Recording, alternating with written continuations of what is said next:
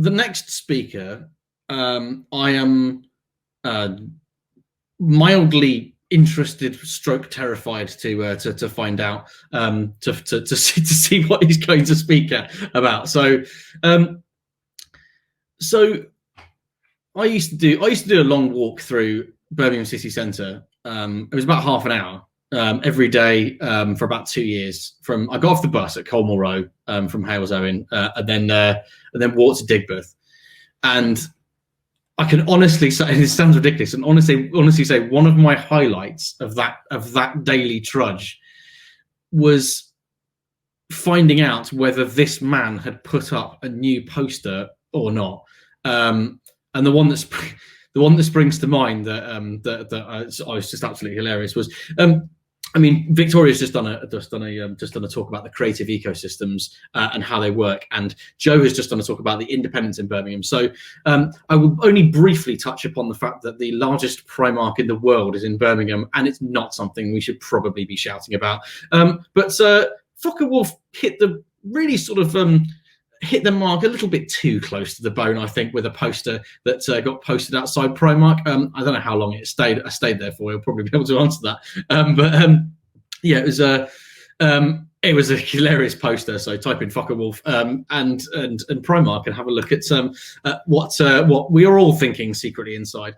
A lot of his posters had phone numbers on them, and it wasn't until recently, and I'll let him talk about this, that I realised that people were actually phoning the phone numbers that were on there, but were phoning them in a way that they clearly had been taken in but they hadn't properly looked at the content of the satire of the poster, which really is really interesting, because it makes you think, well, you know, what if it's that easy to dupe people? What in the age of misinformation and fake news, what can you get away with?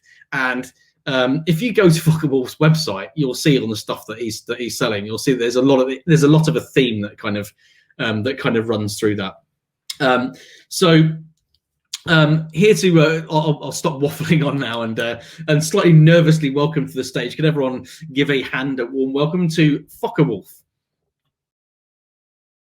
Hello there. Yes, can you hear me? Hello?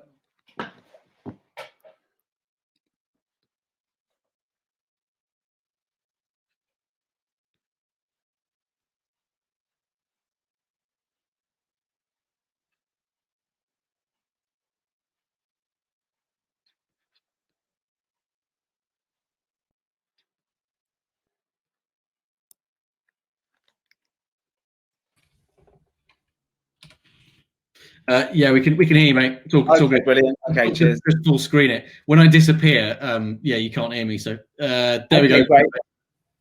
Okay, brilliant. All right then. So yeah, I'm FokaWolf. I'm a street artist from Birmingham. I've probably been doing it for possibly over 10 years now. But so when I started out, I used to stick up these big sort of illustrations of just sort of random things. And I guess it was sort of like a hobby that I used to do. Sticking up sort of weird characters like this Homer Simpson decapitated head and things like that. And I had this was my sort of like logo. I'd do these split up heads. This guy's got pants on his head, so I thought I'd just zoom in there. Yeah, so I was doing that for about 10 years, and then about 3 years ago, while I was nursing a hangover, I just started to write down just random stuff that was in my head, and on stickers that I had lying about. So I just basically started to write these classified adverts, and would go around and then just started sticking them to lampposts, stuff like this. And then I thought, what would happen if I had my knowledge of large format printing? What if I mixed it with this idea of having these classified adverts? So then I came up with this design, and I printed it out. It was about 3 meters by 2 meters, and stuck it at a traffic lights outside Birmingham city centre. So this was the one. Yeah, then it got a lot of sort of coverage. I guess it would have done like a viral. So and it was in newspapers and things like that. Well, on online. But I had a real phone number attached to them. So these are some of the recordings from that one. Hi, sir. Just interested in the police. The marriage reputation because I've got a Range Rover. Could you call me back on 07968 171? Thank you. Hello, I was just inquiring about the penis enlargement. I saw your advert in Birmingham. Could you call me back, please? Hello. Is this the place for the penis enlargement? Call me back, please. Thank you. My husband just recently bought a Range Rover. Basically, I've put it advertisement. I wonder if you can book him for an enlargement. Thank you. Can you get back to me?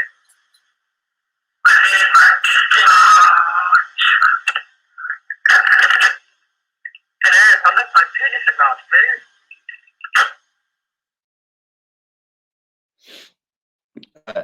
Right, sir. So yeah. Oh. Right, sir. Yeah, it sort of created this sort of dialogue with people on the streets, which I just found fascinating at the time.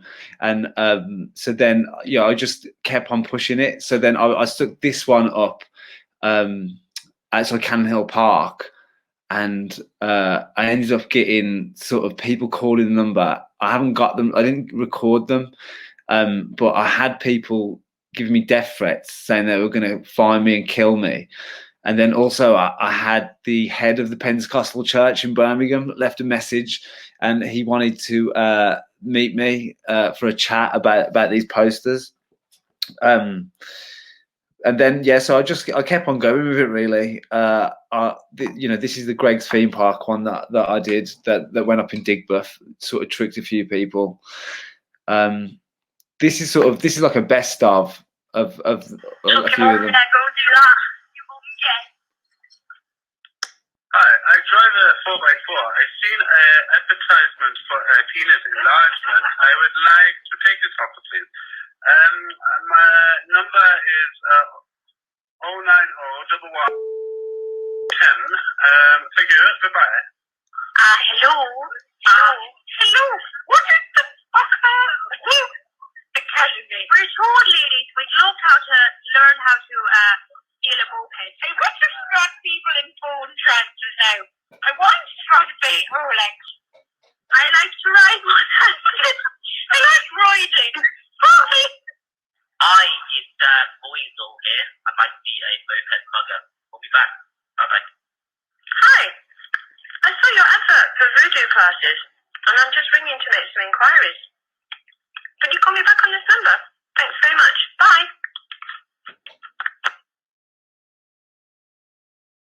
Took your mum, yeah, go do that. Yeah, so this is so now this is one that I'd stuck up in London when all the moped mugger stuff was happening, and yeah, this sort of did I guess like a viral, and I had sort of radio shows calling me up and things like that. That's it in the metro. But then after that, I sort of realised that the power of this sort of stuff can have, and especially sort of the power of information, and just print it out just on a piece of paper, because a lot of this stuff costs. It's like about £1 for a meter of it. So like that there, you know what I mean, cost probably about £4 or £5. And this was part of a housing development in Highgate, which they were knocking down the Victorian church that you can see in the background. So I just thought it's just sort of like a poetic picture. But then I started to sort of focus my work more on like sort of I guess it'd be like activism or social issues. I'd still try and keep abstract, surreal stuff in there, just to sort of keep people on their toes. But I would always try and keep like an element of humor in there, because I felt that with humor, it sort of breaks down barriers, and you know, you can sort of preach ideas at people and keep on trying to stick stuff down people's throats, but they'll just sort of ignore you. But if you can you can put a joke in front of them, it softens their defenses a little bit, and I think it's a good way to sort of convert people, or to sort of get into people. This is for the Price Waterhouse Cooper building. Sorry if there's any people that work there. Yeah, stuff like this. This is a fake dating app. So then, yeah, I did this one. This was on the Tube in London, and yeah, this did like a mega sort of viral. Like, basically went around the world doing stuff, because I think what had happened was, obviously a lot of people in this country knew that it was a sort of a joke against the Conservatives, but then people in America or people in the rest of the world thought it was a typo, so they thought it was a real Conservative Party poster with a typo in it. So then it was just sort of like, haha, look at these stupid Brits, they can't even, you know, like write a political poster. And then this is me on Full Fact. So they had to sort of disprove the misinformation that I'd put out there, which then it sort of come around full circle, that, you know, I was trying to basically, I guess, warn people about misinformation and, you know, and stuff like that. I wanted people to question their own reality, and question things that had been put in front of them, and then it had sort of come back round onto me that I'd been disproved as being fake. But then, yeah, so it just did, like, because it did a viral, it just it turned itself into a meme. So it was just getting reproduced on the internet in lots of different sort of forms. And even to this day now, like I'll get sent stuff on either Reddit or Twitter, and it will be doing a viral, and because my name's not on it, I'll never get any recognition for it, but sometimes it just pops up on the internet and will have like hundreds of retweets and stuff. It's quite funny. I feel like it's going to follow me around until I die. So there's another one. Yeah, and then just doing these sort of street interventions where I just sort of just go across stuff that I sort of found offensive with my own sort of advert. This was over an advert for a designer vagina company. So I swapped it around for a ball reduction surgery. I thought it'd be quite funny. Yeah, this is just gibberish. It's like Lorem Ipsum, but I just stuck it up in Birmingham City Centre with some AK-47s on it, just to sort of put a bit of terror in people. Yeah, this was the Primark one just before they opened it. So it was Europe's biggest jumble sale. See through a 20-foot high pile of worthless tat, 24 hours a day, 7 days a week for the rest of your life. That's on the old Primark when they had moved. Sometimes none of them make any sense. They're just sort of rude and horrible. There's a funny story about this one, actually, because somebody grassed me up to the billboard company, and it was actually the guy that runs the Glee Club. So he runs a comedy club, but he didn't see the funny side of it. Yeah, then just sort of little sort of, this is in McDonald's, just these like little just sort of interventions, just sort of like if you wouldn't sort of see it, you know, if you wasn't looking, sometimes you wouldn't sort of see these things. They're just sort of, they use the same sort of language, the visual language, as what you'd find in there anyway. Yeah, these are light boxes that I'd made, sort of apt. I made them just before lockdown, and I felt like I'd sort of cursed everyone. Yeah, this is on a bus. So these are more sort of, I tried to sort of go away from the black and white posters, because people started to sort of realize when it was a joke or not. So then I started to do stuff in color and vinyl stickers. This is part of the HS2 line, which is where they found, I think it was like a graveyard So I thought it'd be funny to stick that because you can see it off the train. So the train was going past, and people send me photos of this. Yeah, this is with an organisation called Brandlism and Ad Block. So this is in Bristol. So it's against SUVs and sort of Jeeps and 4x4s. Yeah, I always try and just sort of keep a sort of social element with the stuff, and I always try and punch up, never punch down. But sometimes I do punch to the side. So this is, yeah, I sort of, I'll still have a go at people's ideologies. I'm not sort of, I try and have a go at everyone really. This is for a charity in Leamington Spa that doesn't exist anymore because of COVID. But they asked me to help them develop some adverts to highlight the homelessness of the kids in the city, in the town. This is when the Black Lives Matter protests were happening last year. It was just I stuck this up because it's coming as like a sort of a white male. Like I felt like I had to sort of tread carefully about what I said. So I just put up what I felt resonated with me. And one of the things that I put as a comment with this is that I've been doing this now for like over 3 years. A lot of the time I do it in the middle of the daytime, wearing a high vis jacket, and I've never been stopped. And I just questioned, would it be the same if I wasn't a white person? Just to sort of, and it started basically an argument on my Instagram. This was in the middle of lockdown when everyone was feeling a little bit weird and raw. So I stuck this. I've got a key to get in the bus stops. This is part of an installation that I did at Compton Verney. So I did that last summer. So yeah, I found it interesting to sort of try and subvert that environment, these sort of grounds.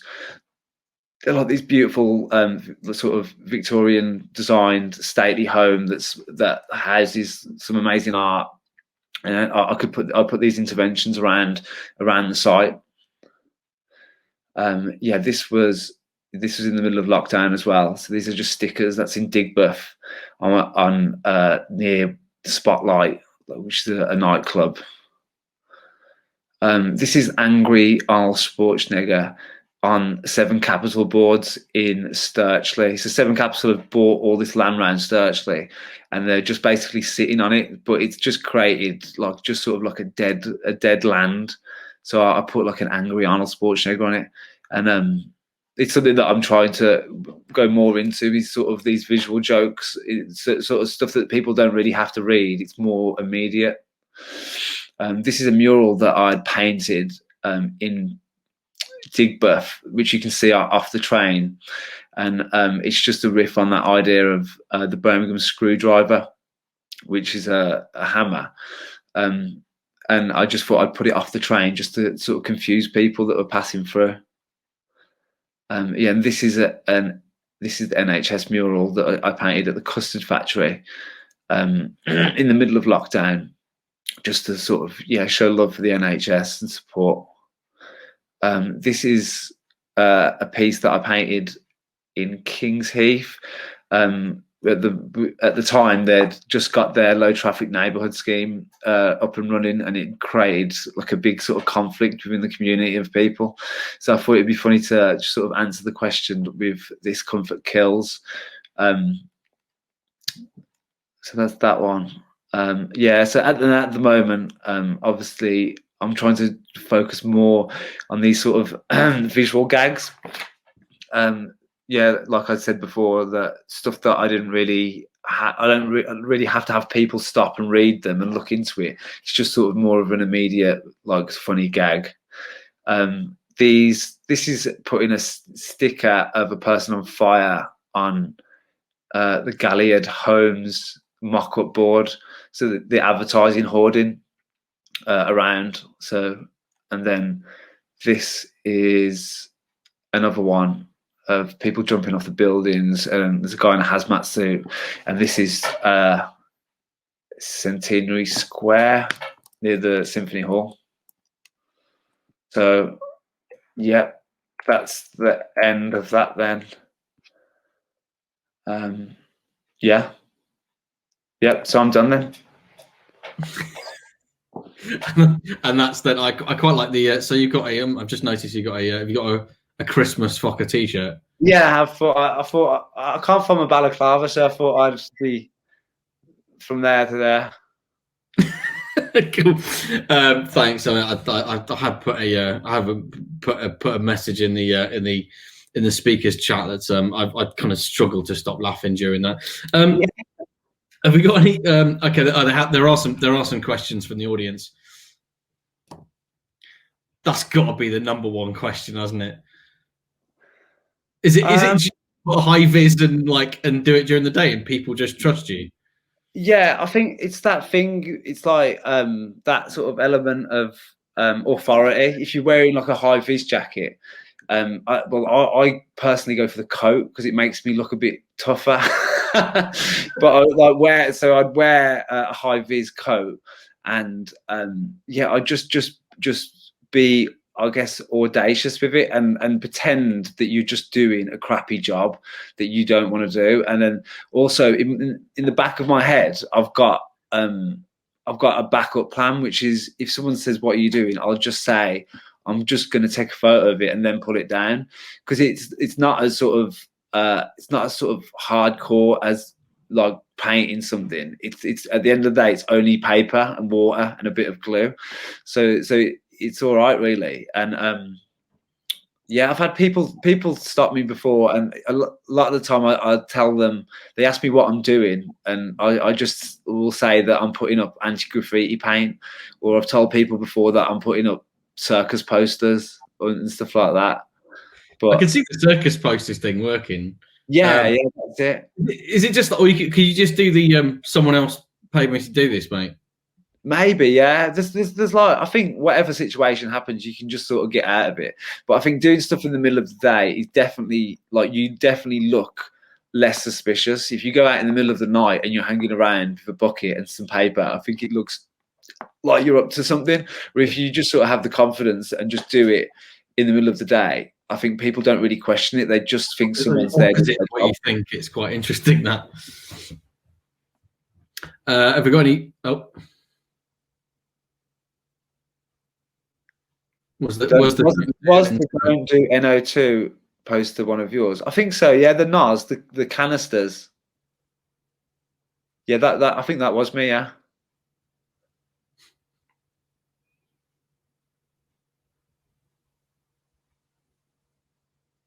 Okay then. So with the political pieces you do, how much backlash do you get from the Birmingham community, or do you find they're supportive and take it in jest? Yeah, I get a lot of support of people, but I'm sort of myself. I'm in sort of like an echo chamber of my own followers and my own Instagram page.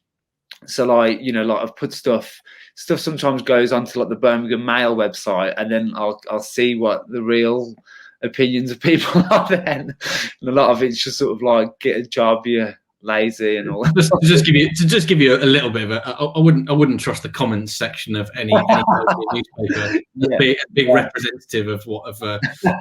Yeah, I do get a lot of support of people, and I think people, they do like it, and yeah, I wouldn't do it if people sort of hated me. Well, I probably would actually. I think there's kind of a that's a question.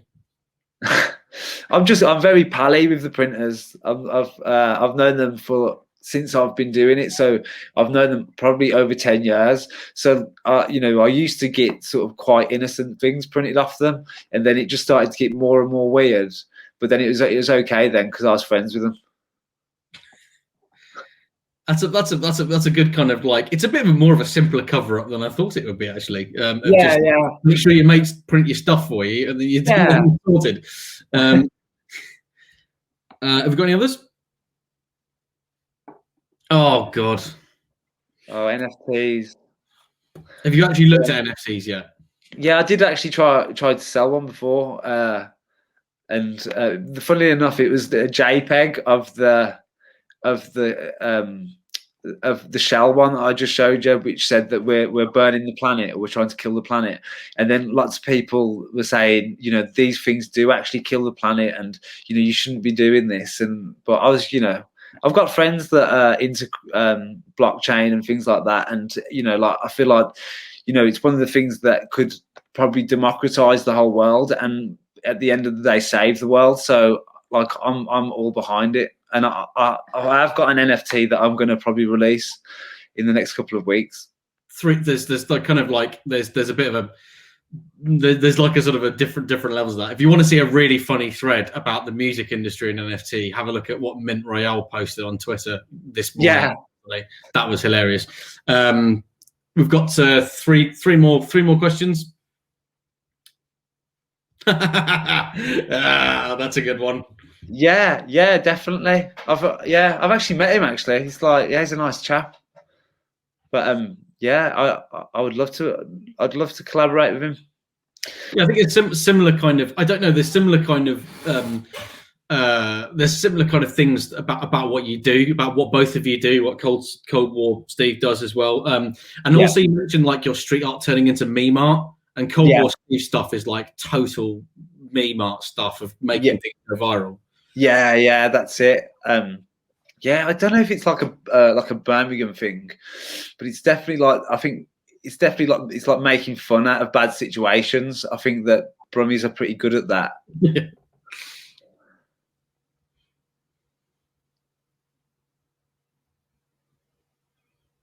Oh, no. I mean, basically, what Jordan is saying there is like, are you going to sell out? Either they are. But because my day job before this was, I used to paint murals and stuff for the hospitality industry, and I do office stuff. So, you know, like you know, at the end of the day, like people do need to make money to like fund this stuff. But at the moment, I've got more of a moral standpoint on it, because like I make it. My living now comes from selling my artwork, so I can sort of cut them people out. So I've never been approached to do anything like that, and I probably would reject them at the moment until I'm broke again. That's an honest answer. I like that. The commissions are all looking good now, but then take the money when everyone's sort of broke and yeah, under a different name. Oh, yeah, I've done that before, definitely. I've just by chance seen people pointing and taking photos, and it makes me really happy. Actually, I really enjoy it. It's sort of I like people looking at the art and laughing and enjoying themselves. It's really wholesome. I quite like the kind of the secret identity thing where you can just stand there and go, oh yeah, that looks quite cool, and someone's like, yeah. Like tourists are taking photos. That's quite funny. Tourists as well. I mean, there are genuine. In the last 5 years, it's astonishing to me that there are.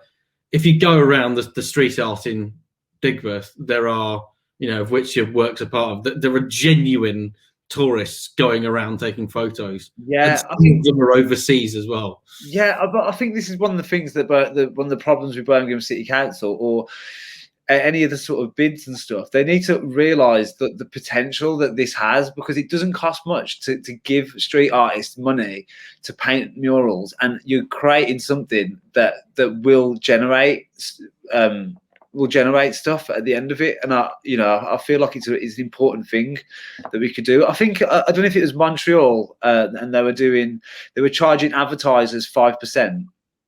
A 5% tax, and they're putting that 5% into street art. And now Montreal is like street art capital of like North America. Do you know what I mean? It's like, it's not rocket science. And you know, if there's anyone here from the council, sort it out. There's loads of great artists here. I think it's really sort of like, I don't know, with Digbeth, it feels like the artists have had to drive it themselves in order for the council to even notice. And then when the Guardians start doing articles going, you want to probably go here because the street art's amazing, suddenly the council go, well, you know, maybe we should allow this. And you think, bonkers. This is it. There's a couple of questions because we've got like a couple of minutes left. So as a bit of a it's I mean, I've never had the opportunity to, I mean, like, you know, what I don't know how you regard yourself, but I would say now a street artist. So I haven't had the opportunity to directly ask one a question to one before. For my background, I'm like a street art like nerd, mostly around sort of the early Wild Bunch and 3D and Massive Attack kind of stuff, and then the early London stuff before he who shall not be named. There's no point dropping his name in. So especially his Massive Attack in Bristol as well. So so what I want to know is, how do you pick a site, like, and not just in Birmingham when you pick sites in London, but when you decide to go regional, do you get tip-offs, or do you get, like, how does that work? When I do it here, usually just driving around, I'll see spots that, you know, I feel like if I can see this from the car or I can see this from the bus, you know, everyone will be able to see it. With stuff, when I go to London and things like that, I'll just sort of mill around and walk around a bit, and because I can sort of take my time with the posters, and sometimes I'll take multiples as well. So I'll take a few down and then just see what works best.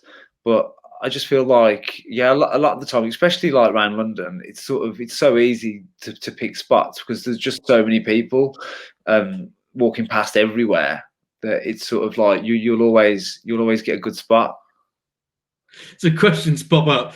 Do your family know what you do? Does your family know what you do? No, they think I work in sales. So some of the art community know who you are, but the main thing is that, you know, you don't have to deal with the politics at the family table. So yeah, do you post stuff for do you post stuff apart from the sort of comedy value? Do you post stuff knowing that a particular gag in a particular location? Well, I say a gag, like it makes you think more. Do you pick trying to get reactions in order to get stuff to go viral, or is it just like, or is it more things that you feel personally sort of passionate about? Yeah, I think sometimes it just sort of blends in the middle. So like sometimes, like a lot of the time, what will happen is I'll see something like an advert that sort of pisses me off a bit, and I'm like, that's annoyed me, and then I'll try and turn it back in on itself. But then obviously stuff like when the Primark store had opened, it's just sort of prime. It's just like a prime time to do something. An easier target. Yeah, that's it. And it's sort of like you can sort of like go on their coattails a little bit with something that's going on, but trying to figure out or keep an interest in when that stuff's going to happen is sort of like, it's sort of beyond me. So I just sort of let it fall on my lap rather than try and actively look for them.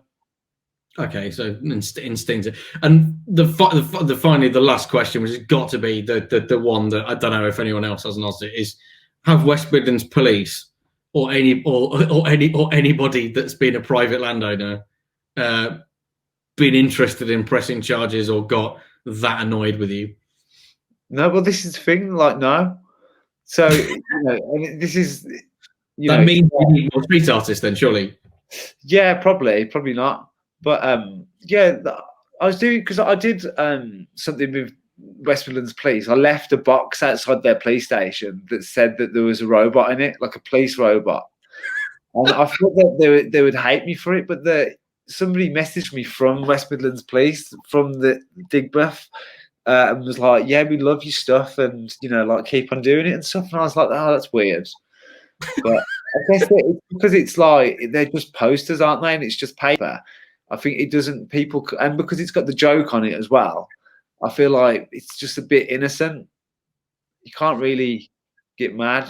I mean, that's really, personally to me, that's really interesting, especially considering what's going on with the Met Police, like who've not had the best couple of weeks. Let's put it that way.